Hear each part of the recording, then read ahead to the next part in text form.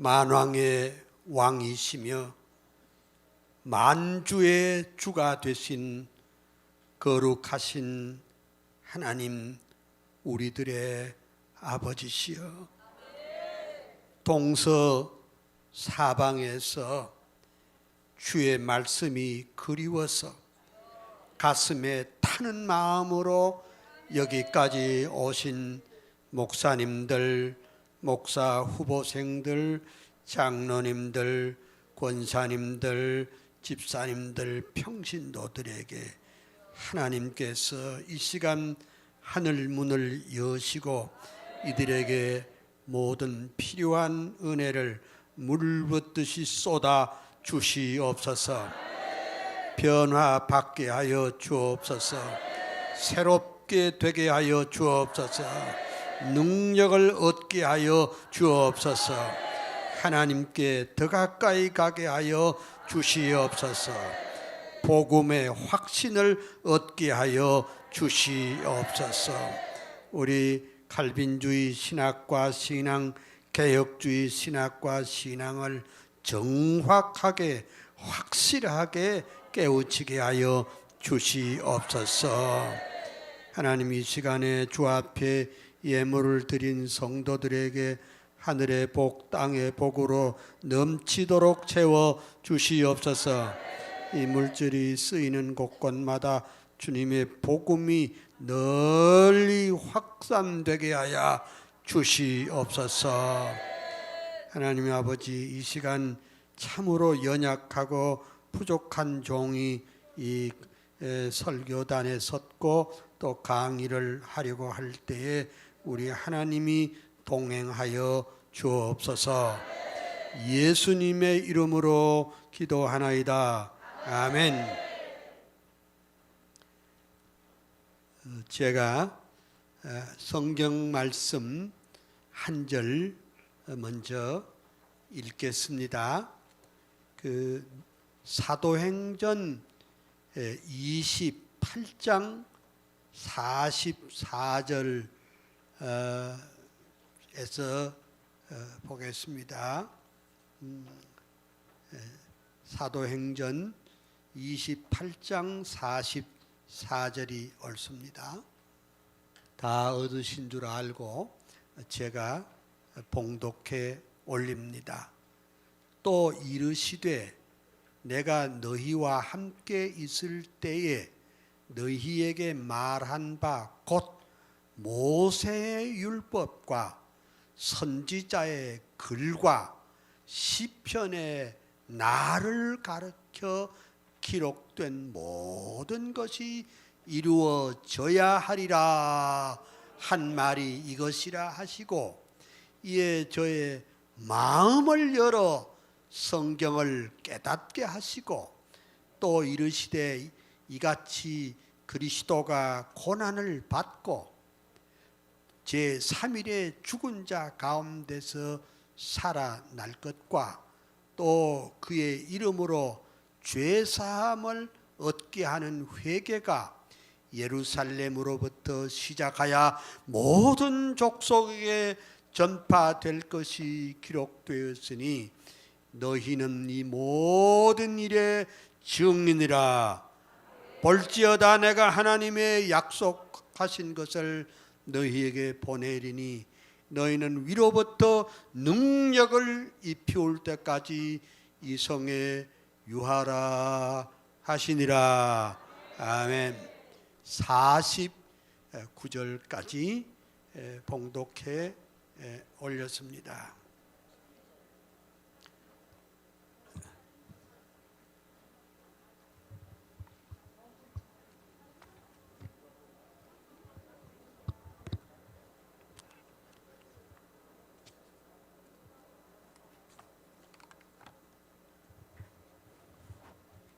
할렐루야. 오늘 이 강의에 참석하신 모든 분들에게 성삼위 하나님의 은혜와 또 위로와 평강 그리고 축복이 넘치시기를 소원합니다. 제가 아주 오래전에 한 5년도 넘은 것 같은데 제가 무슨 상을 하나 받은 적이 있습니다. 그 상 이름이 참 별로 알려지지도 않고 들어보지 못한 상인데 그 상 이름이 애서가 상이라는 겁니다. 사랑애자 글서자 상. 그러니까 이 말의 뜻은 책을 사랑하고 아끼고 또 희귀한 책을 많이 간직한 사람에게 주는 상인데 이건 아주 국제적인 조직으로서 우리 한국에도 애서가 클럽이 있었고 거기서 이제 상을 주는데 제가 그 상을 받게 됐습니다. 아니 옛날 옛적 얘기입니다. 그런데 이 상이 하도 낯설은 상이 돼서 아는 사람도 별로 없고 근데 이 상을 내가 받고 난 다음에 이 별로 이렇게 알려지지 않은 상인데 이 상은 1회는 누가 받았느냐? 그 유명한 그 음악가이신 연세대학교의 내가 이름이 잠깐 떠오르지 않습니다. 그분이 받았고 그 다음에 제가 받았고 그 다음에 나중에 아주 유명한 사람들이 받았는데 그 유명한 여성 변호사 여성 법조인 제1호 이태영 박사가 그 상을 받았고 나중에는 나중에 대통령이 된 김대중 선생이 그 상을 받았습니다. 그래서 이게 유명해졌는데 내가 그 상을 받을 때는 뭐 하나 또 유명하지도 않았습니다. 그래서 그 상을 받았다는 것이 스파트 뉴스로 나갔습니다. 그런데 신문에도 나갔고 근데 그 이튿날 어떤 분이 제게 전화를 걸었습니다. 전화 내용은 뭐인가 하니까 목사님 그러니 어떡하겠습니까? 주님의 뜻인 줄 알고 많이 위로받으시기를 바랍니다. 그러니까 핵심 내용은 조문 전화예요. 그러니까 이분은 내가 애서가 상을 탔다고 하니까 앞에 자 띠뿌리고 뒤에 무슨 설을 처로 생각하고 그 다음에 상을 상이라고 생각하고 우리 사모가 별세한 걸로 생각을 하고 그래 조문 전화를 했습니다. 조금 있더니까 또 누가 전화를 하는데 목사님 축하드려요. 그래 무슨 축하입니까? 아 이번에 서예가 상을 탔더군요. 또 조금 있다니까 누가 또 전화를 하는데 뭐 무슨 상을 그러니까 이 신문을 보거나 방송을 보는 사람은 자기가 들으려고 하는 것만 듣고 각자 해석이 다 다릅니다. 그래서 내가 애서가 상을 탄 것을 가지고 우리 집사람이 별세한 걸로 조문 전화를 했습니다. 내가 왜 오늘 아침에 오늘 오후에 이 말을 꺼내는 거 아니까 그러니까 여기서 이제 여러분들이 제 강의뿐만 아니라 또 다른 귀하신 또 교수님의 강의도 듣는데 이제 내가 그런 말을 하지도 않았는데 바깥에 나가서 에서가 상을 탔다니까 애처가 죽은 걸로 그렇게 표현할 수도 있다. 그러니까 교회 목사님들이 이렇게 설교를 이렇게 하지만은 1000명에게 설교해도 각자가 다 다르게 해석을 하고 그 나름대로 또 나가면 그 전달이 되면 그것이 또 다르게 또 전달되는 이런 것이 우리 전도의 어려움이고 설교의 어려움이다. 이렇게 생각을 하겠습니다.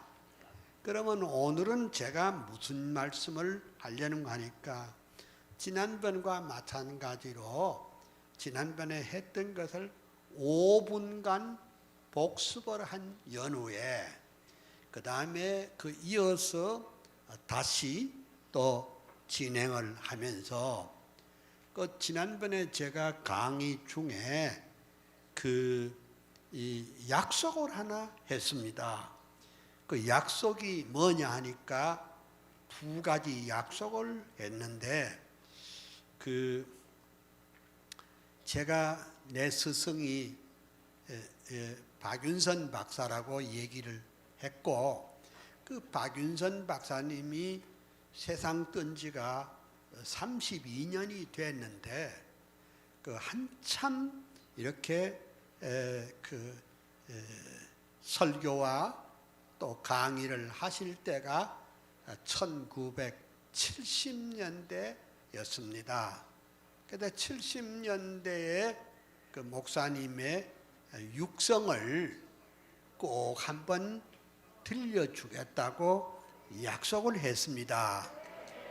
그래서 이제 강의를 한참 하다가 시간이 어느 정도 되면 내가 다리가 아프면 그 박윤선 박사의 육성을 여러분들이 잘 들으시고 그동안 내가 좀 쉬었다가 계속 강의를 하도록 그렇게 하겠습니다. 그리고 요 다음 주간에는 또 우리 한국 개혁신학의 보루고 또 태두인 박형용 박사의 교의신학 서론 육성을 또 이렇게 좀 한 10여 분 이렇게 또 제가 만들어 와가지고 여러분들에게 알려드리도록 하겠습니다. 이건 내 왜 이렇게 하는 거 하니까 사람은 별 수 없어요. 누구 아래에서 배웠는가 그 굉장히 중요합니다. 또 무슨 책을 읽었느냐 참 중요합니다. 또 우리의 생애에 있어서 누가 나의 멘토인가 그거 참 중요하다 할 것입니다. 그래서 이제 지난번에 나는 왜 칼빈주의자가 됐고 또 칼빈주의 신학을 하게 됐고 칼빈주의 사상을 갖게 됐느냐 그것을 쭉 설명을 하다가 내가 만난 100명의 개혁주의자들이라는 책이 있는데 이걸 다 말할 필요는 없고 그 중에서 한 10명을 뽑아가지고 이분은 이런 것이고 또 이분은 이렇게 내가 만났고 또 이분을 통해서 이런 말하자면은 영향을 받았다. 그 얘기를 하다가 시간이 돼서 제가 중단을 했습니다. 그래서 여러분들이 여기 오신 만큼 오늘은 그 정성구 교수의 그 음성도 들어야 되겠지만은 그 내 스승인 박윤선 박사의 음성도 한번 들어보면 좋겠다. 그래서 이제 또 이래 떼놓으면 또 여러분들이 동네방네 댕기면서 그거 뭐 저 어른이 일생 동안 말씀한 것 가운데 토끼꽁지만하게 한 10분 들었다고 내가 박윤선 박사의 강의를 들은 사람이다. 또 이렇게 또 이렇게 광고를 낼 수가 있는데 그럼에도 불구하고 그래도 우리에게 말하자면은 그 확신과 또 자긍심을 갖는 데 있어서 그것도 참 좋지 않을까. 그래서 만들어 왔고 다음 주일에는 박형용 박사의 그러니까 다 50년 전이에요. 50년 전 박형용 박사의 또 육성 강의를 조금 아주 눈꽃만큼 틀어드리려고 합니다. 그래 이제 지난번에 제가 가장 그 강의의 핵심 포인트는 우리가 이 칼빈주의를 말할 때 그동안 오해가 많았다. 그 오해가 뭐냐? 칼빈주의를 명사적으로만 이해해가지고 그냥 신학의 한 파트로만 생각을 했는데 지난번에 여러분들에게 탁 던진 것은 뭐냐 하니까 칼빈주의라는 말은 형용사적으로 이해를 해야 이게 머리에 들어오기 시작한다. 그런 얘기를 여러분들에게 들려주었습니다. 그러니까 명사적으로 이해하면 뭐 보나마나 예정론은 아니냐. 보나마나 그 도르트 총회에서 있었던 칼빈주의 5대 교리가 아닌가. 이렇게만 생각을 하는 경우가 많이 있는데 나중에 이제 그 도르트 신경과 도르트 총회에 대해서는 별도로 배우겠지만은 그것 다 우리 칼빈주의 신학의 가장 중요한 포인트인 것은 맞지만은 일반적으로 칼빈주의라는 말은 형용사적으로 이해를 해야 한다. 그게 이제 제가 핵심이었습니다. 왜 그런가 하니까 이 세상에는 다 중립적인 것이 하나도 없습니다. 요즘 우리 목사님들 가운데 나는 중도다 이런 말을 합니다. 이 세상에 중도는 없습니다. 중도는 없습니다.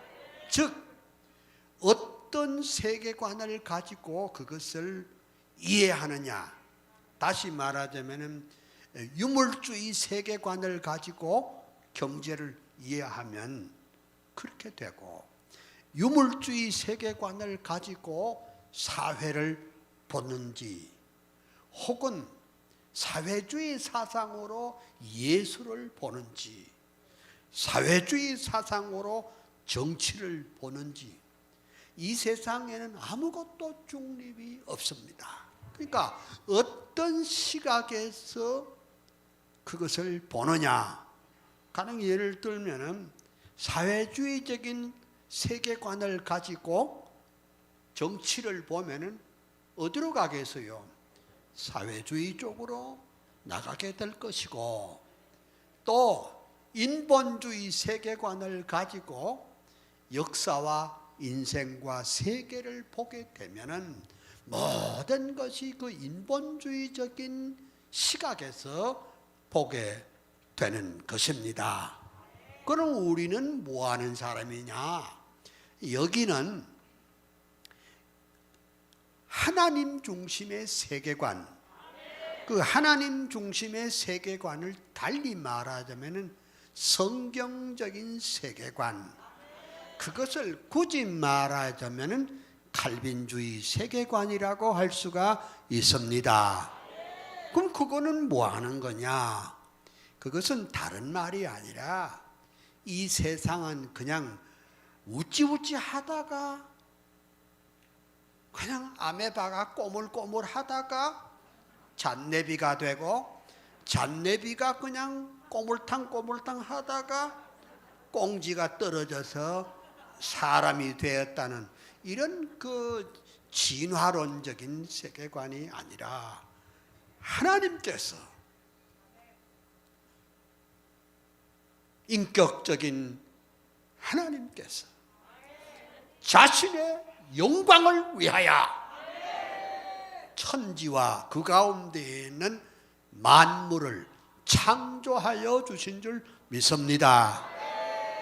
그러니까 이 세상에 사는 사람 가운데 하나님께서 천지를 창조하셨다는 것을 모르는 사람들이 대부분이야.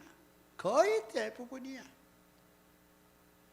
그러니 그 인생이 오를 이유도 없고, 그 학문이 옳게 될 이유도 없고, 그 삶이 바로 될 수가 없습니다.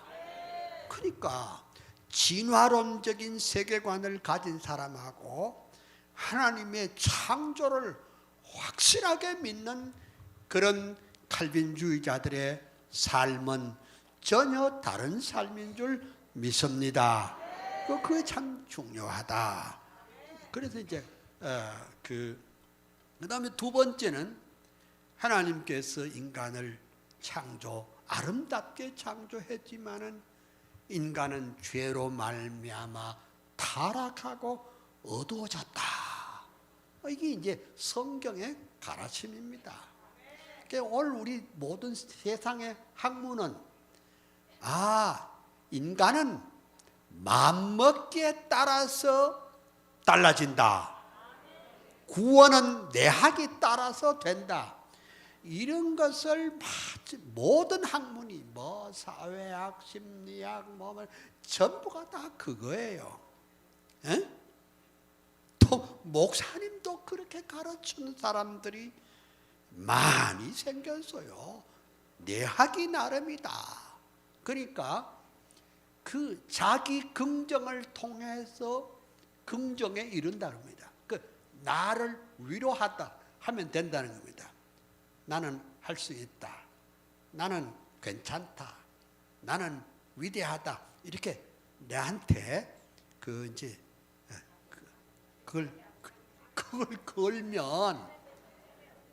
걸면 그래 된다고 가르치는 것은 그것은 프로이드의 심리학이지 하나님의 말씀이 아닙니다. 그러면 우리는 뭐냐?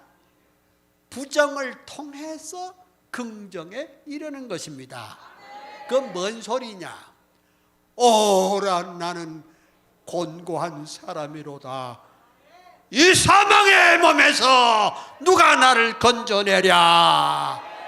그 자기 부정이 있어야 참 긍정에 이룰 수 있는 줄 믿습니다. 아버지 나는 죄인입니다 라고 고백할 때 거기에 하나님의 은혜와 위로와 축복이 있어서 참 긍정적인 마음을 갖게 돼서 능히 세상과 죄를 이길 줄로 믿습니다. 이 원리예요. 그래서 제가 이제 반복드리는 것은 이 세상의 그 모든 그러니까 학문이나 교육이나 예술이나 문화나 사회나 경제나 정치나 과학이나 신학이나 모든 삶의 영역에 어떤 세계관을 갖고 보느냐에 따라서 다 달라지는데 그 중에 우리는 하나님 중심의 세계관, 칼빈주의 세계관을 볼 수 있게 되기를 소원합니다.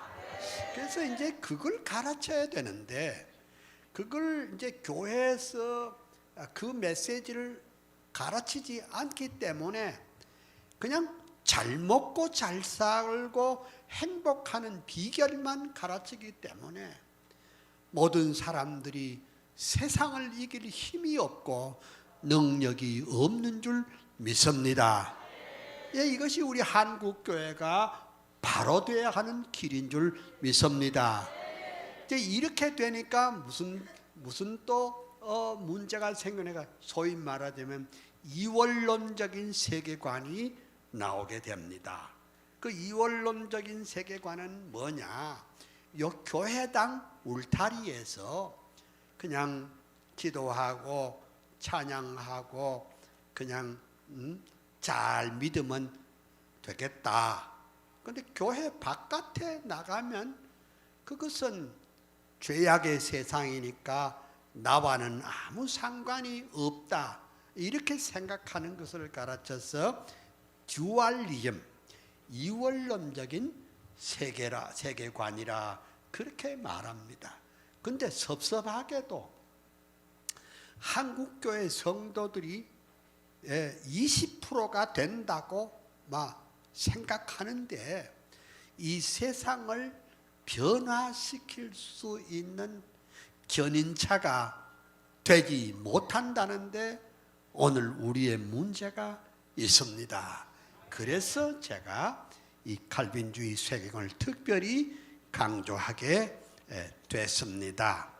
이제 지난번 말씀드린 가운데 뭐 다시 다 말씀을 드릴 수는 없지만은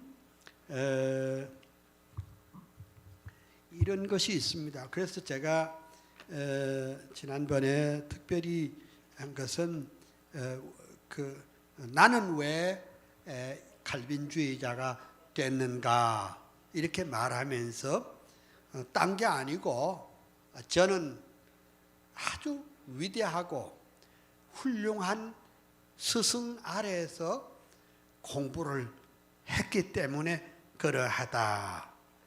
조금 전에도 말씀드렸지만은 우리 인간은 누가 나의 멘토인가에 따라서 달라진다, 이런 말을 했는데, 그 중에 저에게 가장 영향을 끼치신 분은 박윤선 박사라 그렇게 말했고, 그 다음에 또 저에게 큰 영향을 끼친 어른이 박형용 박사라. 두 어른의 사랑을 아주 듬뿍 받고 그 사상을 제가 이어받았던 것이 제게는 큰 은혜요 축복이 아닐 수가 없습니다. 그리고 이제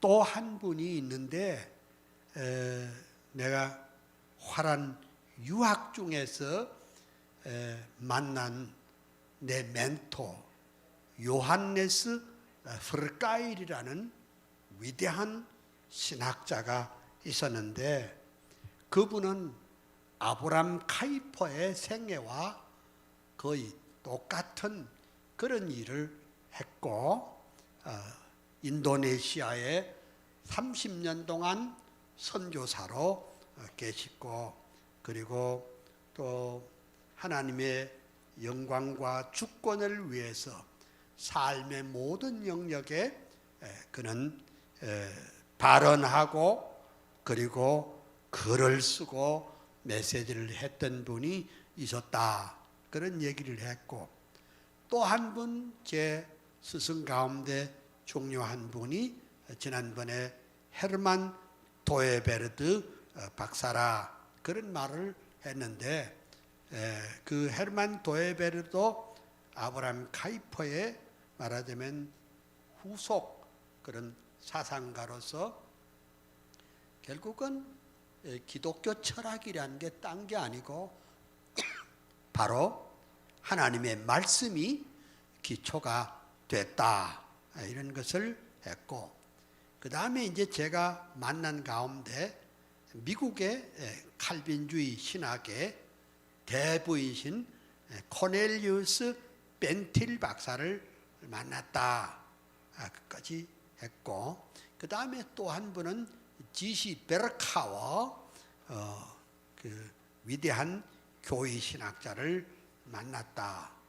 그 다음에 또 헤르만 도에베르드 리델보스 박사님을 만나서, 그리고 또 그 책을 읽고, 그리고 또 교제를 했던 것이 큰 추억이었습니다. 그 헤르만 리델보스의 책 가운데 다 훌륭한 책이지만은 그 중에 The Coming of Kingdom, 하나님의 왕국의 오심이라는 600페이지짜리를 한 2번 이렇게 제가 읽고 이렇게 시험 본 것이 내 생에 가장 위대한 그런 족적을 주게 됐습니다. 그 이제 내가 여러분들에게 말하는 것은 여러분들이 제 강의를 듣는 것으로 족하지 않습니다. 여기 나가면 다 잊어버려요. 나가면 다 잊어버리는데, 그러면 이것을 내 것으로 간직하려면 어떻게 해야 되느냐? 책을 1페이지에서 마지막 페이지까지 다 씹어 먹도록 이게 완전히 내 것으로 만들어야 됩니다. 그 내 것으로 만드는 것을 우리가 컴퓨터 용어로 하면 트랜스퍼, 이쪽에 있는 것이 이쪽으로, 이쪽 컴퓨터에 들어오도록 그렇게 만들어야 됩니다. 그래야 뭘 좀 배웠다 할 수 있지. 그냥 이렇게 앉아가지고 좀 듣는 것으로는 만족하지 않습니다. 그까지가 지난번에 이렇게 반복하는 이유는 여러분들에게 좀 더 확신을 주기 위함입니다. 그리고 제가 만난 세계적인 아주 큰 위대한 사상가요 전도자 가운데 한 분은 저 프란시스 쉐파라는 어른입니다. 프란시스 쉐파는 1912년에 나서 1984년에 했는데, 혹시 라불이라고 들어보셨나요? 라불이라고 들어보셨나요? 예, 소리가 작은 것 보니까 잘 모르시는 것 같아요. 사실은 나도 이분을 만나기 전에는 라부리가 뭔 소린가 몰랐습니다. 근데 라부리는 불란서 말로 피난처라는 그런 뜻인데, 이 프란시스 쉐파 박사는 미국 사람입니다.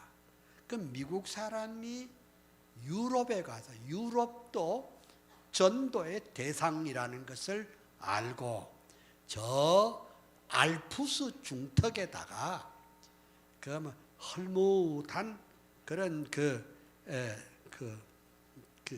농장에 있는 그 집을 몇 채 사가지고 거기에서 그 전 세계의 알프스를 오르고 내리는 학생, 교수, 예술가, 정치가 모든 사람들이 거기에 잠시 머무는 동안에 프란시스 쉐파하고 이렇게 대화를 나누도록 합니다. 그래서 정치, 경제, 사회, 문화, 예술, 역사, 과학, 학문에 대해서 소위 말하자면 비블리칼 퍼스펙티브, 성경적인 조망을 해줘서 문제 해결을 받고 하산할 수 있도록 하는 그런 시스템입니다. 한국에도 그 라불이라는 것이 있기는 있습니다. 저 강원도 어디에 있는 걸 제가 알고 있습니다만은, 그러니까 현대 이 보수주의, 정통주의 신앙과 세계관을 알려면은 반드시 프란시스 셰파와 만나야 되는 것입니다. 그는 정통 기독교요 칼빈주의 사상가요, 대전도자요, 선교사요, 설교자입니다. 그리고 현대 모든 잘못된 사상을 비판하는 비판가입니다. 그래 이제 저는 이제 공부할 때 스위스 라브리에 가서 공부는 가기는 갔지만은 거기서는 공부 못하고 화란 라브리가 있습니다. 액앤빌이라는 곳에 조그마한 우트레흐트에서 그 변방에 있는 조그마한 마을에, 그것도 농장입니다. 농장을 개조해가지고 라브리를 했는데 매주 토요일마다 거기 가서 밤이 12시가 되도록, 거기는 한스 로크마크라는 분이 계셨는데, 로크마크는 라브리 운동의 2인자입니다. 그분은 미술평론가인데, 그 미술평론가인데도 세계와 우주와 인생과 역사와 학문을 보는 데 있어서 성경적인 퍼스펙티브를 조망을 하고 칼빈주의적인 세계관을 가지고 해석하는 분이었습니다. 제가 여기서 한 3년 반 정도 제가 공부를 했습니다. 근데 그 하는 도중에 어느 날 프란시스 셰파 박사가 온다는 소문이 쫙 퍼졌습니다. 근데 나는 뭔 소린가 모르고 이렇게 같이 따라 나가는데 젊은이들이 막 요새 무슨 연예인 오면 왜 그 구호를 외치잖아요. 뭐 하는데 막 셰파 이런 말을 하더라고. 근데 여론은 그때 70년대는 그 유럽에는, 미국에도 히피가 많았습니다. 히피는 장발이 머리가 길게 했는데, 근데 셰파도 머리가 이렇게 길고 넥타이를 매는 법도 없고 여기 다리에는 각반을 차고, 참 내가 키가 작지만은 셰파하고 나하고 서면 똑같아.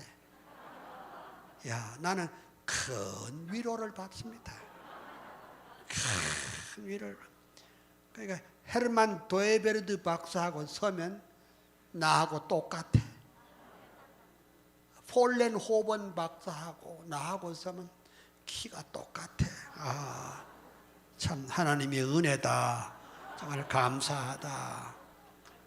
그래 이제 막 셰파가 그 마을에 있는 교회 와서 설교를 하는데, 내가 영어 실력이 짧아가지고 뭔 소린가 모르겠어. 근데 우리가 설교라고 하는 것은 꼭 잘 알아먹어야 들리는 건 아니고, 그의 표정, 그의 확신, 그의 능력, 이런 것이 가슴에 닿아왔습니다. 그래 이제 그 화란 라브리에 이렇게 오셨는데, 내가 이 세기의 지성인, 금세기의 최고의 이 칼빈주의 학자요, 대설교가요, 선교사요, 전도자 이분하고 내가 단독 면담을 해봐야 되겠다. 그 중요합니다. 그죠? 누굴? 그래서 내가 만납시다. 그러니까 셰파 박사가 좋소. 그래가지고 조용한 데 들어가서 두 분이 나와 셰파가 허그를 하고 포옹을 하고 기도를 했어요. 그 기도의 내용은 셰파는 나를 위해서 기도하고 특별히 한국 교회를 위해서 기도했습니다. 그 셰파 박사는 미국의 요즘 우리가 아는 그 PCA의 설립자예요. PCA. 예? 그러니까 웨스트민스터 출신에다가 페이스 대학 신학 출신이에요. 위대한 그런 신학자요, 대철학자요, 사상가인. 내가 둘이가 체온을 느끼면서 내가 같이 기도했습니다. 그리고 이제 또 저녁에는 그의 부인 에디 셰파와 함께 식사를 나누면서, 근데요, 그 한 번 추억이요 평생을 가요.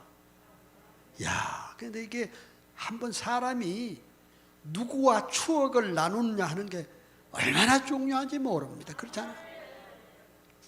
그래서 내가 1976년에 귀국을 했어요. 귀국을 해가지고 내가 셰파 박사에게 편지를 썼어요. 이런저런 얘기를 쓰고, 그리고 또 셰파 박사가 또 내한테 이런저런 얘기. 그러니까 서로가 교통이 이루어집니다. 그래서 난 전 세계 나와 편지 교환한 사람이 하여간 100수십 명 돼요. 왜? 그들과 아름다운 교제를 나누고 그분들의 신앙을, 그분들의 사상을 배우게 됐습니다. 그래서 지금 고다음 장을 보면은 셰파 박사가 내게 보낸 편지입니다. 편지인데 글을 잘 지금 회독하기가 어렵겠지만은 그 마지막에 사인이 프란시스 F 그 다음에 셰파 잉크로 저렇게 되어 있는데, 나는 이런 추억이 내 삶을 내가 이렇게 사특한 시대에 그래도 정통 신앙을 그리고 개혁주의 신앙을 지키는데, 복음적 신앙을 지키는데 내가 끝까지 완주해야 되겠다. 이런 것이 셰파 박사의 말하자면 큰 영향을 제가 받았다. 또 한 분은 제 친구인 풀러 신학교에 지금은 총장 자리에서 내려왔지만은 리차드 마오라는 분이 있어요. 리차드 마오. 이분은요, 미국 대통령의 고문이기도 합니다. 그리고 나하고 같이 화란 프라야 유니버시티에서 공부도 하셨고, 미국의 대칼빈주의 정치가이고, 또 자신이 우리 한국 칼빈주의 연구원에 와서 강의도 해주시고, 또 내가 풀러에 가서 또 조그마한 강의도 하고, 그리고 여러분 이제 지난번에 샀던 책 나의 스승, 그게 아니고 아브람 카이퍼의 사상과 삶이라는 검은 책 뒤에 보면은 누가 추천했어요? 바로 위차드 마오 박사가 내 책에 추천을 해주게 됐습니다. 나는 하나님 앞에 늘 감사한 것은 내가 말이지 만약에 삐딱한 자유주의자한테 뭐 편지 교환을 한다든지 만나서 뭐 허락을 하고 만났다면 나 자유주의자가 될 뻔했는데 이렇게 좋은 스승, 좋은 친구, 아름다운 그런 교제를 나눈 것이 내 생에 아주 좋은 그런 영향을 끼쳤는데 아깝게도 작년에 서거하고 말았습니다. 또 이제 그 내하고 가장 가까운 친구 가운데 하나가 그 미국의 칼빈 신학대학교 총장 제임스 디용 박사입니다. 이분은 철저한 또 칼빈주의자인데다가 그 가문이 칼빈주의자예요. 아버님이 미국 개혁파 교회 최고의 신학자이고 또 자기도 칼빈주의자이고 또 카이퍼 신학의 전문가입니다. 그래서 여러분 책 아브라함 카이퍼의 사상과 삶 그 둘째 그 추천자가 누구냐? 바로 이 제임스 드용 박사가 이렇게 추천했습니다. 그런데 이분은 나하고 같은 그 해는 아니지만은 화란 암스테르담 프라야 유니버시티에서 공부하고 나하고 동갑내기인데 아직도 씩씩하게 일 잘하고 있습니다. 그 다음에 이제 끝으로 나는 왜 칼빈주의자가 됐느냐, 누구한테 배웠느냐, 그거 참 중요한데 끝으로 배운 것은 나의 스승이신 하비 칸, 우리 한국말로는 간하베라는 분입니다. 간하베 박사는 전 총신대학교의 그 교수였었고 나중에 여기를 떠나서 웨스트민스터 신학교 교수 일을 봤습니다. 그리고 나의 지도 교수입니다. 그리고 나에게 총신에서 가르칠 수 있도록 도와주신 분이 하비 칸입니다. 그래서 나는 은사이기도 하지만은 은인이기도 합니다. 그래 내 석사학위 논문을 박윤선, 박형룡, 간하베 이 세 사람의 지도를 받아서 제가 석사학위 논문을 썼습니다. 근데 좀 특이한 것은 제가 대학원 시절에 그 학기 도중에 그 페이퍼를 내는 것이 있습니다. 그래 페이퍼 내용이 내가 무슨 페이퍼를 냈는가 하니 사도행전 2장에 있어서의 방언 연구라는 것을 학문적으로 잘 정리해서 냈습니다.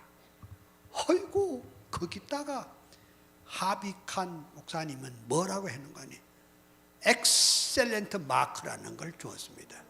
최고점을 주었습니다. 그래서 내일 불렀습니다. 너 내 과목 넣어줄 테니 해볼래?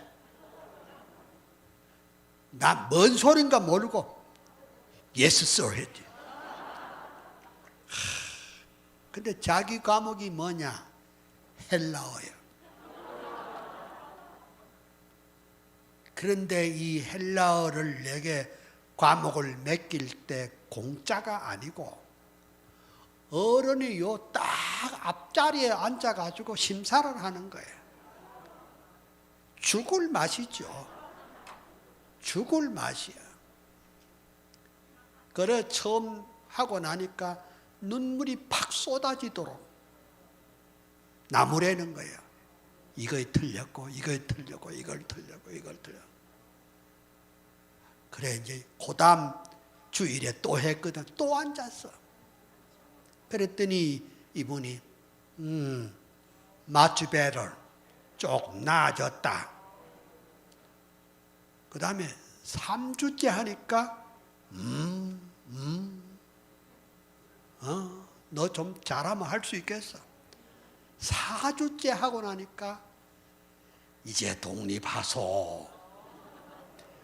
야, 이게요, 내가 이 1967년에 그 강사짜리 하나 꽤 차는 게 보통 시집살이가 아니었어요. 그분이 바로 나의 스승 하비 칸 박사였습니다. 요만큼 하고 그 다음에 여기 일로 오세요. 이리 와서 박윤선 박사님의 생전에 50년 전 육성을 듣는 동안 제가 의자에 앉아서 좀 쉬겠습니다. 하나님은 거룩하시고 무한한 사랑의 하나님이시고, 하나님은 거룩하시고 무한한 사랑의 하나님이시고 무한히 의로우신데 사람에게는 속에 그것이 있어요. 뿌리를 깊이 박고 있어요. 그 겉에만 있다 하면 그거 싹 지쳐버리면 괜찮을 것 같은데 그것이 겉에 있는 거예요. 속에서. 그러니 우리 각자가 눈을 감고 가만히 생각해보면 내가 믿지 않을 때는 더욱 그랬고 오늘날까지 주님과 원수될 그 소질이 있구나. 그걸 누구나 알 거예요. 이래도 예수 그리스도를 생각하면 예수 그리스도 안에 믿음으로 참 이렇게 생각으로라도 믿음으로 참 이렇게 살아가면 평안하고 또 하나님이 나를 불쌍히 여기는 그 내용을 느낄 수 있어요. 하지만은 예수 그리스도 밖에서 내가 눈을 감고 한번 생각해 볼 때 하나님은 너무 멀어요. 또 그러고 하늘이 노다늘과 같고 하늘이 무시한 것 같아요. 도무지 꽉 막혔고 뭐 인간의 힘으로 도저히 이걸 뚫어갈 수가 없는 그것이 느껴지죠. 그러면 인문은 될 수가 없는 겁니다. 하나님 편에서 걷는 건 아닌데 인간이 그렇게 본질적으로 진노의 자식이 되었어요. 따라서 하나님과 나 사이에 무쇠 하늘로 맥힌 것처럼 확 맥혀놨으니까 이건 하나님과 원수된 형편입니다. 그렇기 때문에 하나님과 원수되어가지고는 하늘나라 가지 못해요. 하나님과 화목하는 것이 첫째예요. 이것이 그저 기독교 복음이 즉 성경이 즉 진리가 가르쳐주는 말씀의 내용입니다. 하나님과 화목해라. 그 하나님과 화목하는 것이 제일 가는 은혜입니다. 우리가 날마다 주님이 싫어하는 것을 내가 싫어하고 주님이 좋아하는 것을 내가 좋아하고 무엇보다도 그리스도 안에서 살면서 믿음을 단단히 지키면서 그리스도 안에서 우리들이 살아갈 때에 하나님과 화목하는 은혜를 사모하라. 이제 둘째는 은혜 받을 시기가 어느 때냐. 여기 다시 읽습니다. 2절 가라사대 내가 은혜 베풀 때 너를 듣고 구원의 날에 너를 도왔다 하셨으니 이것은 이사야 49장 8절의 말씀인데 이사야가 예수 오시기 전 800년 전입니다. 예수 오시기 전 800년 전이니까 지금부터 2800년 전이죠. 800년 전에 내다보고 하신 말씀입니다. 예수님 오셔서 이제 될 일이 있는데 그것이 이것이라. 2절에 있는 말씀. 내가 은혜 베풀 때 너를 듣고 구원의 날에 너를 도왔다. 그러면 내가 은혜 베풀 때는 신약시대예요. 신약시대. 은혜 베풀 때 너를 돕고 너를 듣고 너라는 건 예수예요. 예수. 하나님 아버지께서 하시는 말씀인데 너를 듣고 다시 말하면 내 소원을 들어준다.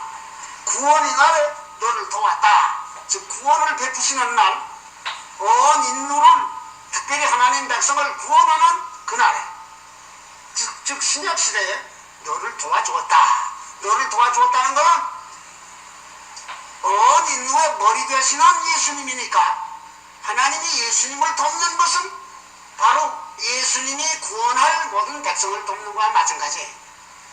머리 되시는 주님을 도와주면 몸된 교회가 그 도움을 받는 거예요. 그러면 하나님께서 예수 그리스도의 기도를 들어주시며 예수 그리스도의 하시는 일을 붙들어 주셔서 구속사업이 다 잘 이루어지도록 하시는 이것이 메시아를 돕는 거예요. 우리가 이 성경을 읽을 때 무엇보다도 첫째로 꼬꾸라져야 할 것이 있습니다. 그것은 무엇인가 하니 예수님 오시기 전 800년 전에 이 말씀을 했다. 사람은 몇 날 후에 될 것도 분명히 몰라요. 몇 해 후에 될 것은 캄캄해요. 그러나 하나님은 800년 후에 될 것을 명백히 알으시고 뿐만이 아니라 하나님께서 친히 이루세요. 800년 후에 또 하실 일이 있습니다. 그럼 그것을 감안하셔서 이 말씀을 하신 거예요.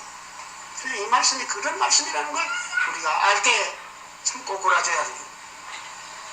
이렇게 위대하고 참되고 이루어진 말씀입니다. 즉 메시아가 오시는 시대라고 말입니다. 그것이 신약시대입니다. 바울이 말하는 대로 지금은 은혜 받을 때요란 말이 즉 그것입니다. 지금 바울 시대가 지금 우리 시대와 마찬가지로 신약 시대의 시작이니까 지금은 은혜 받을 때요. 보라 지금은 구원의 날이다. 지금이라는 게 중요하다 그 말입니다.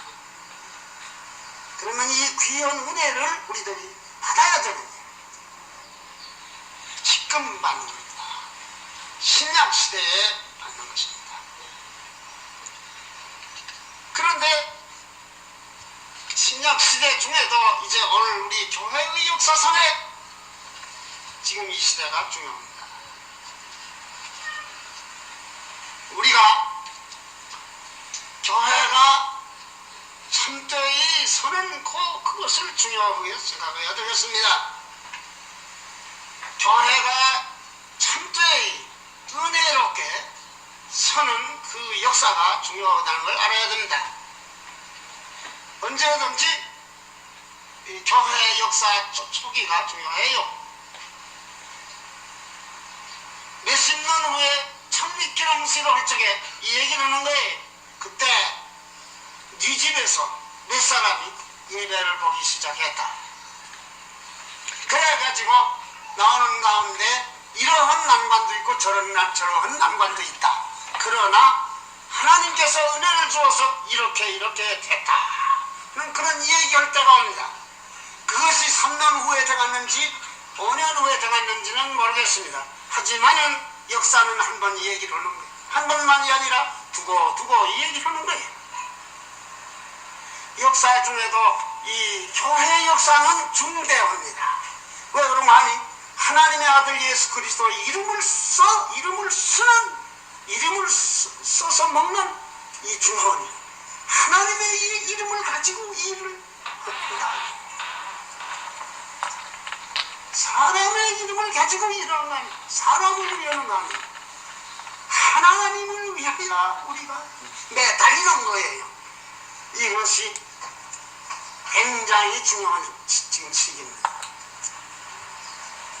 그렇기 때문에 교회 역사를 보면 개교회 역사를 봐도 그 교회를 세우는 그 초기에 잘못하면 비참스러운 일이 일어나고요. 잘하면 경사스러운 일이 일어나요. 잘못하면 반드시 하나님의 역사가 거기 또 있어요. 잘할 때 하나님께서 특별히 그 시대에 역사하세요. 나는 개척교회를 세우는 목사나 전도사님들을 만나면 이 얘기를 늘 듣기를 원합니다. 초기에 그 교회를 세울 때 어떠했습니까? 그렇게 물어보곤 해요. 그 물어보곤 때 그들의 대답이 보통으로는 이런 얘기들이 나와요. 그때 그 잘한 분들이 어떻게 잘 됐다. 그때 잘못한 분들이 또 어떻게 됐다. 그런 얘기를 해요. 내가 그걸 구체적으로 말할 마음 있지만 내가 그걸 말 안 합니다. 지금은 은혜 받을 때입니다. 지금은 은혜 받을 만한 때요. 보라, 지금은 구원의 날이라. 우리는 미래를 너무 생각지 맙시다. 물론 사람이 소망을 늘 가져야 되겠지만은, 물론 인류의 소망이요, 특별히 교회의 소망인 예수 그리스도의 재림은 자나깨나 늘 기억해야 되겠지만, 우리 개교회의 미래에 대해서 너무 생각지 맙시다. 이대에 잘 되겠다. 이대에 좋은 날이 한 번 있을 거라. 그건 너무 많이 생각지 맙시다.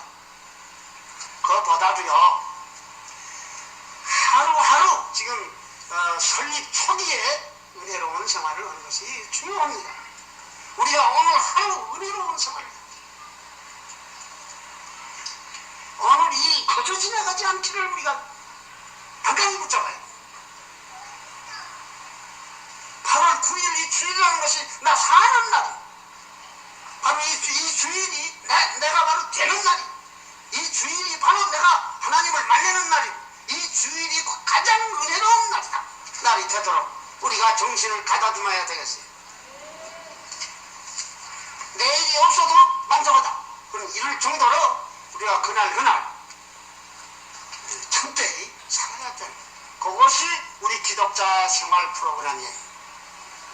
이제 앞으로 예배당 하나 잘 지어가지고 그때 우리 피아노도 놓고 파이프 오르간도 놓고 좀 그때 잘 예배를 보자, 예배를 드리자, 그 생각 우리 할 필요 없어요. 우리가 은혜를 받는 것은 파이프 오르간에 달린 것도 아니고 벽돌집을 굉장히 짓는 거기에도 달린 것도 아니에요. 결국 은혜는 우리 믿는 사람들의 신령과 하나님 사이에서 되는 일입니다. 초대교회 볼 것 같으면요, 예배당 굉장히 지은 역사가 없습니다. 그렇다고 해서 우리 예배당 굉장히 지지 말자는 건 아니에요. 또 오늘 예배당을 굉장히 짓는 분들을 내 비평하는 건 아니에요. 잘하는 일들이, 은혜만 떨어지지 않으면 매우 잘하는 일이에요. 그렇게 해가지고서 많은 사람 모두 와서 바로만 가르치고 설교 바로 하고 은혜롭게 나가면 그 잘하는 일이에요. 하지만 외부 티장만으로 좋은 줄 알 것 같으면 그건 잘못하는 일이에요. 우리 교회의 입장으로 우리 생각할 것, 지금 요즘이 매우 중요한 역사적 황금 시대예요. 두고두고 이 얘기거리다는 때입니다. 그러니까 우리는 이제 멀지 않아서 큰 집 짓겠다, 그런 생각하기보다는 오늘 우리 은혜 받아야 되겠다, 기도해야 되겠다. 내가 이때까지 물론 사느라고 했지만은 이번에 기도원에라도 가서 좀 어떻게 내 심령을 한번 정비해 보겠다, 내가 정말 기도다운 기도를 한번 좀 해보겠다 하는 결심을 하고 나선다든지, 오늘 이 주일이 우리에게 이 의미심장한 주일이 되기를 바랍니다.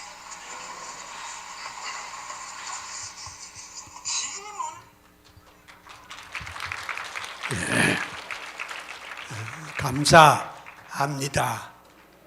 이제 그 이 박윤선 박사의 그 육성 메시지를 들은 것은 50년 전에 하시던 말씀인데 여러분이 처음입니다. 다른 아무데도 들으니. 그 이제 제가 50년 전에 70년대 초에 준비했다가 그때는 조그마한 카세트에 담았는데 그걸 세월이 많이 지나는 동안에 상하기도 하고 그래서 이걸 다시 CD로 또 만들었습니다. 그 CD로 만들어 놨다가 또 컴퓨터에 저장을 했습니다. 그 컴퓨터에 저장한 것을 우리 스마트폰으로 한 10분간 이렇게 해서 오늘 여러분들에게 들려주신 내용이 바로 그것입니다. 그래서 이거 오늘 이게 사실 이게 대단한 것이죠. 예. 자, 그러면 지금까지 제가 여러분들에게 말씀드린 것은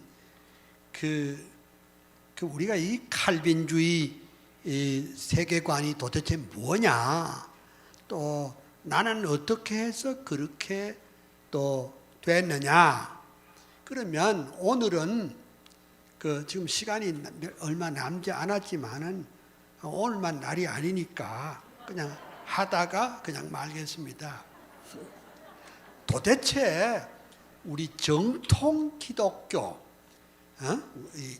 정통 기독교는 어떻게 흘러나왔는가, 그것을 말씀을 드리려고 하는데, 그래서 이제 이 정통 기독교를 말할 때 천상 우리 한국 칼빈주의 연구원과 박물관에 있는 그 그림들을 쭉 보면서 하는 것이 도움이 될 것 같아서 맨 처음 한 것이 모세오경 그 두루마리를 한번 펴 보겠습니다. 그러니까 우리 성경은 처음에 어떻게 해서 쓸까? 그러니까 우리가 기독교 신앙의 핵심은 하나님의 말씀인 성경입니다. 그러면 하나님의 말씀인 성경은 그 구약 시대는 양피지에 그 두루마리에다가 이렇게 썼습니다. 신약 시대는 그게 어떻게 되는 거 하니까 그 파피루스 양피지에다가 그걸 썼습니다. 신약 성경을. 그런데 참 왜 하나님께서는 이 세계에서 제일 가난하고 이 세상에서 제일 연약하고 그리고 소수민족인 이스라엘 백성을 그 하나님의 계시사의 카운터 파트너로 만드셨을까? 이게 하나님의 큰 뜻이 있었습니다. 그게 뭔 소리냐? 신명기 7장 7절에 이런 말씀이 있습니다. 여호와께서 너희를 기뻐하시고 너희를 택하심은 너희가 다른 민족보다 수요가 많기 때문이 아니라 너희는 오히려 모든 민족 중에 가장 적으니라. 그러니까 하나님께서 이 지구상에서 가장 연약하고 가장 부족한 이스라엘 백성을 하나님께서 계시의 수용자, 계시의 카운터 파트너로 삼아서 이스라엘 백성을 택하여 주신 줄 믿습니다. 그 이스라엘 백성이 뭐 대단히 잘나서 그런 게 아니고 아주 강한 민족이 제일 연약하고 숫자도 작고 연약한 이스라엘 백성을 하나님께서 선택해 주셨다. 그 연약한 백성을 사용하여서 하나님의 구속의 프로그램을 만드셨습니다. 그러니까 인간은 허물과 죄로 죽었고 소망 없는 인생이지만은 하나님께서 이 위대한 구원의 프로그램을 만들었습니다. 그 구원의 프로그램이 뭐냐? 바로 이스라엘의 긴 역사를 통해서 야훼 하나님은 우리의 창조주이시고 야훼 하나님은 우리의 구속주이시고 야훼 하나님은 우리의 심판주라는 것을 계시하여 주십니다. 그리고 인간은 자기 힘으로는 별 수 없지만은 하나님의 거저 주시는 은혜를 믿음으로 말미암아 구원 얻는 방법을 이 계시를 통해서 이 성경에 정확하게 기록하여 주신 줄 믿습니다.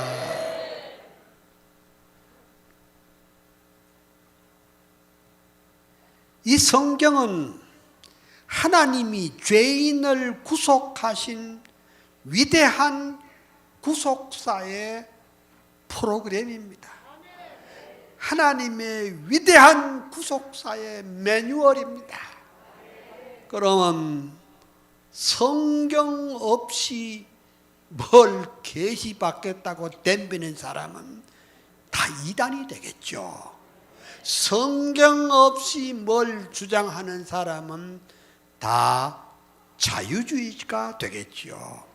성경을 부인하고 신학을 만드는 사람은 그것은 다 자유주의 신학이요 한낱 철학에 불과할 것입니다. 이제 제가 이제 이 강의가 어떻게 나갈지 나도 몰라요. 어떻게 진행될지 모르지만 그러나 한 번은 그 설교를 칼빈주의적인 시각에서 어떻게 하는가, 그거는 아마 한 번도 안 되고 두세 번을 말해야 될 것 같습니다. 그런데 오늘 제가 말씀드리려고 하는 것은 이제 이 구약 성경, 신약 성경을 우리가 해석하는 데 있어서 우리가 바로 잡아주지 아니하면은 안 되겠다, 그런 생각이 듭니다. 그런데 이제 요즘 우리 한국에서 이제 한국 교회가 개혁돼야 되겠다 이런 말을 다 씁니다. 안 그런 사람 하나도 없습니다. 그런데 그 개혁돼야 되겠다 말하기도 하고 또 다 함께 무슨 말을 하니까 우리는 성경으로 돌아가자. 그래. 다 아멘이죠. 근데 다 아멘인데 다 똑같이 그렇게 말합니다. 그러니까 똑같은 말을 쓰지만은 한 걸음 더 나가 보면은 색깔이 다를 수도 있습니다. 미국의 유명한 설교학 교수님이 말씀하시기를 이 세상에서는 그 자기 설교가 모두가 다 정통이고 바르다고 생각한다. 그렇게 얘기를 했습니다. 자기 설교가 비성경이라고 말하는 사람은 이 지구상에 하나도 없다. 그런 말을 했습니다. 참 공감이 가는 말씀이기도 합니다. 그런데 이제 성경을 풀어가는 데 있어서 이제 이런 것이 있습니다. 우리가 우리가 지금 해석학을 다 말하려는 건 아니지만은 엑잠플라리 프리칭이라는 게 있습니다. 이게 엑잠플라리 프리칭이라는 것은 뭔 소린가 하니까 좀 다른 말로 하면은 모형적인 설교라는 말을 쓰기도 합니다. 그러면 모형적인 설교란 뭔 소린가? 이런 소리입니다. 성경에 읽어보면 많은 인물이 있잖아요. 많은 인물이 있는데 그 인물 가운데는 잘 믿은 사람도 있고 못 믿은 사람도 있고 또 하나님을 배신해서 배반해서 징벌을 받은 사람도 있고 또 어떤 사람은 복 받은 사람도 있고 이렇게 이제 여러 좋은 예가 있습니다. 또 어떤 분은 처음에는 아주 잘 믿다가 후에는 아주 형편없이 됐다가 또 어떤 사람은 처음에는 형편없다가 나중에 가서 좀 그렇게 기력을 회복해서 잘 믿는 사람도 있습니다. 그러니까 이 성경은 창세기에서 계시록까지 그런 스토리가 있습니다. 그런데 이 엑잠플라리 프리칭 모형 설교란 뭐냐? 가령 예를 들면 어떤 인물을 해가지고 그 착한 것은 그래 착해서 복받은 사람은 우리도 아무개처럼 해서 큰 복을 받았다. 그래서 이제 이걸 가지고 설교를 할 때에 말하자면 아무개처럼 우리가 그런 신앙생활을 해야 될 줄로 믿습니다. 이래 가지고 하는데 이 설교가 제일 먹혀 들어가는 설교입니다. 제일 먹혀 들고 또 이해하기가 쉽고 그러니까 우리 한국교회 목사님들의 설교 가운데 뭐 정확하게 프로테지는 내가 내본 일은 없지만은 아마 80~90%가 이 소위 모형적인 설교, 엑잠플라리 프리칭을 선호합니다. 참 좋죠. 쉽잖아요. 탁 이렇게 해가지고 설교를 탁 하면은 거기에 그 인물이 나오고 인물 가운데는 착한 사람도 있고 고약한 사람도 있고 뭐 여러 집인데 그것을 그냥 모델로 해가지고 그 성경에 있었던 그 모델이 오늘을 살아가는 우리들에게 모델이 될 수 있다. 거의 80~90% 목사님들이 이런 설교를 거의 합니다. 근데 이게 칼빈주의적인 입장에서 이렇게 하면 나쁜 건 아니에요. 그러니까 나쁜 거는 아닌데 그것을 바로 증거한 거 맞느냐? 이런 의문을 제기할 수밖에 없습니다. 그러니까 성경은 다윗의 위대한 것을 이렇게 기록을 해서 우리도 다윗 같은 삶을 살자. 그러니까 신약 성경 기자들이 구약을 볼 때 그런 적이 단 한 건도 없습니다. 전혀 아니에요.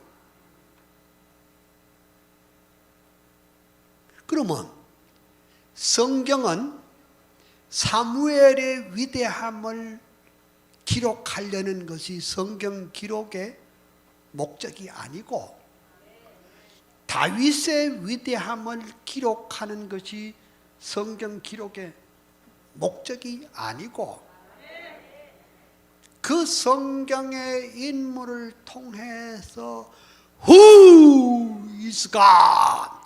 하나님이 누구신가를 나타내는 줄 믿습니다. 그리고 이 성경을 통해서 우리에게 던지는 메시지는 의인은 없나니 하나도 없다.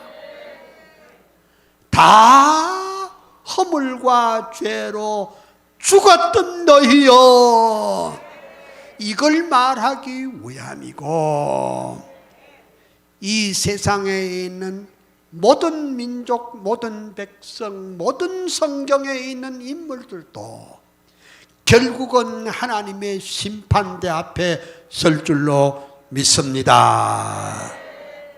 그러니까 이 성경의 그 모든 역사, 모든 인물이 다 Who is God? 하나님이 누구신가를 우리에게 가르쳐 주는 메시지인 줄 믿습니다.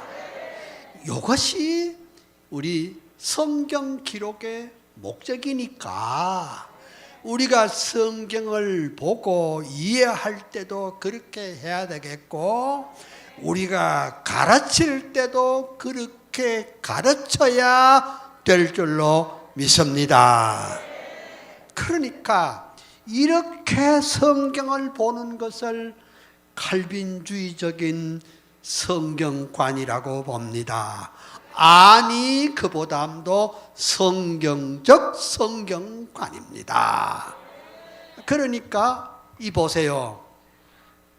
우리가 복음은 요한복음만 복음인 줄 아는 사람이 많은데 누가복음도 복음이고 마태복음도 복음이고 마가복음도 복음이지만은 창세기도 복음인 줄 믿습니다. 출애굽기도 복음인 줄 믿습니다. 레위기, 민수기, 신명기도 복음이고 시편도 복음이고 대선지자도 복음이고 소선지서도 복음이고 사도행전도 복음이고 바울서신도 복음이고 요한계시록도 복음인 줄 믿습니다. 그래서 내가 간단한 책을 하나 썼습니다.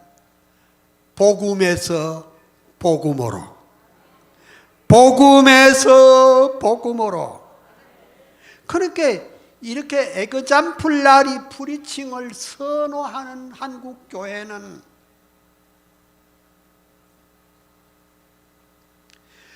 좋은 말씀, 감동적인 말씀, 눈물이 핑 도는 예화, 좋은 말씀, 좋은 예화, 우리 인생에게 교훈을 주는 말씀을 많이 한 거 맞지만은 복음이 없어. 복음이 없어. 그러니까 좋은 말이 곧 복음은 아닙니다. 먹혀 들어가는 말이 곧 복음은 아닙니다. 마음에 감동을 주는 설교 자체가 복음은 아닙니다. 그럴 수도 있지만은 복음이 없으면 그것은 성경을 옳게 깨달은 것도 아니고 옳게 아는 것도 아닐래더라. 가령 예를 들어 봅시다. 아브라함. 대개 이제 아브라함을 설교를 많이 합니다. 뭐 아브라함은 뭐 첫째 뭐 너는 본토 친척 아비 집을 떠나 뭐 내가 네게 지시할 땅으로 가라. 고 가라. 순종의 삶을 살았습니다. 틀린 말 아니에요. 또 아브라함은 또 뭐 이렇게 또 믿음의 조상이다. 맞아요. 그리고 또 나중에 아브라함은 또 이렇게 아내를 또 누이라고 또 이렇게 하기도 하고 또 뭐 여러 가지 일이. 근데 한 사람을 놓고 장단점을 가지고 교훈을 받으려고 하다가 보니까 아브라함을 읽기는 읽었는데 아브라함 링컨으로 가버리네. 아브라함 링컨으로 가다가 조지 워싱턴으로 갔다가 조지 워싱턴으로 갔다가 부시로 갔다가 그 다음에 트럼프로 와버리네. 그럼 이거 어떻게 되는 거예요? 예? 이렇게 이제 좋은 교훈을 얘기를 하려다 보니까 이 세상에 잘 살았던 인물, 훌륭한 인물들을 모델로 삼자. 그러면 그런 것을 영어로 말하겠습니다. moralistic preaching이라는 도덕적인 설교라고 그래요. 이 땅에서 복 받고 잘 살자. 틀린 말은 아니에요. 틀린 말은 아니에요. 그 다음에 그 moralistic preaching is legalistic preaching이랍니다. 율법주의적인 설교라 그럽니다. 그러면 듣기는 좋아도 거기에는 뭐가 있느냐? 복음이 없어. 예? 그러니까 하나님께서 아브라함을 택하여 주셨습니다. 사실 아브라함은요, 뭐 위대한 인물도 아니에요. 우상 공장장집 아들 아니에요. 왜 웃어요? 내가 틀렸어요? 아니, 간장 공장장집 아들도 그랬는데 우상 공장장집 아들이에요. 그러면 하나님께서 그를 불렀습니다. 그러면 그 아브라함을 부를 때 좀 팔팔한 젊은이를 부르지. 이렇게 늙어 빠진 노인네를 75살 먹은 영감쟁이를 불렀어요. 그래서 본토 친척 아비 집을 떠나 내가 네게 지시할 땅으로 가라 그랬는데 이제 이게 그 하나님의 그 웅장하고 위대한 프로젝트입니다. 그러니까 구속 운동에 하나님의 그 매뉴얼이 거기 있어요. 이 아브라함을 통해서 장차 주 예수 그리스도가 나도록 우리의 중보자가 나오도록 하시기 위해서 하나님께서 바둑을 큰 바둑을 하나 알을 놓는 거예요. 여러분 그걸 아시면은 이제 된다고요. 그러면 진작 아들을 주려면 줘야지. 아야 팍상 늙게 해가지고 99에 내년에 아들 주마. 오죽하면 사라가 장막뒤에 크크크크 웃었을까? 너 웃었지? 안 웃었어요? 근데 그 100세 아들을 얻었어요.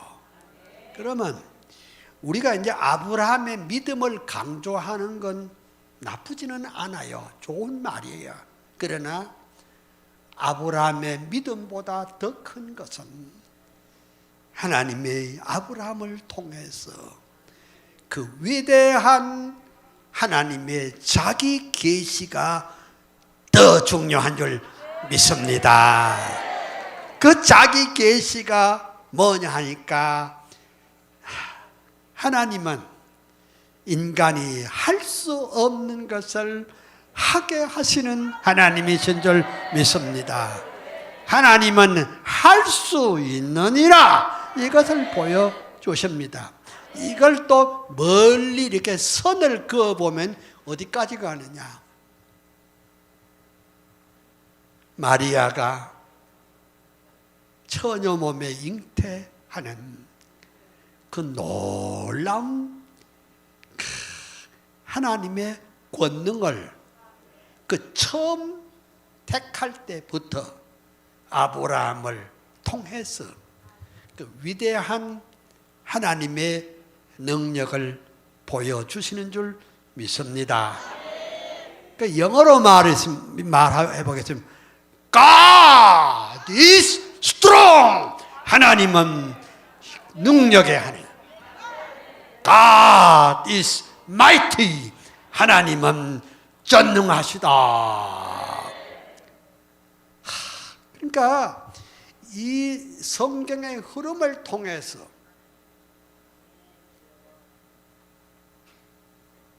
Who is God? 하나님이 누구인가를 보여주고 우리의 중보자는 하나님이 만드신 준비하신 메시아이다. 그러나 구약 성경은 오신 메시아를 바라보고 믿었고 신약 성경은 이미 오신 메시아를 보고 믿는 줄 믿습니다. 기도합시다. 할렐루야. 하나님의 크고 놀라우신 은혜를 감사합니다. 오늘 이렇게 한국 교회가 어지럽고 강단도 어지럽고 신학도 영 어두운 가운데 있는데 여기 온 사랑하는 주의 자녀들이 성경도 잘 배우게 해주시고 신학도 잘 배우되 정말로 칼빈주의 신학과 신앙을 잘 배워서 증거자로 나서게 하여 주시옵소서. 예수님 이름으로 기도하나이다.